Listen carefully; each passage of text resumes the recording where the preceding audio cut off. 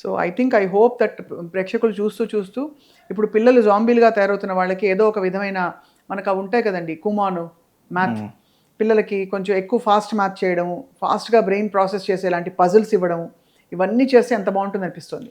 Teach them to go slow. ఓపిక, attention span.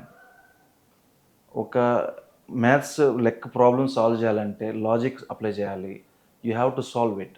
And human brain is not like A brain. A అంటే మీరు ఇచ్చిన వెంటనే it comes with answer. So ఇప్పుడు పేరెంట్స్కి ఓపిక ఉండలేదు స్టూడెంట్స్ కంటే.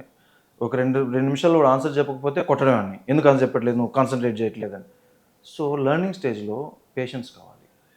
He should learn. ఒకసారి నేర్చుకున్న తర్వాత it speeds up. So attention span అంటే ఎంతసేపు కాన్సన్ట్రేషన్గా ఉండాలి. సో ఒక దాని మీద ధ్యాస పెట్టాలి, ఒకే దాని మీద ధ్యాస పెట్టాలి. సో అంటే పురాతన కాలంలో అష్టావధానం శతావధానం ఇవన్నీ చేసేవాళ్ళు, but that is a different entity all together.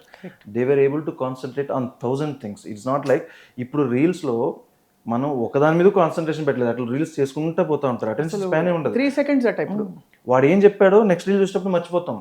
So we cannot compare this to the previous things. Generation. So attention span పెంచడం, అసలు కూర్చోగలగాలి పిల్లవాడు, కూర్చొని వినగలగాలి, దాని గురించి ఆలోచించగలగాలి, ఒక విషయానికి ఒక 10 సొల్యూషన్స్ వాళ్ళు తీయగలగాలి మెదడులో.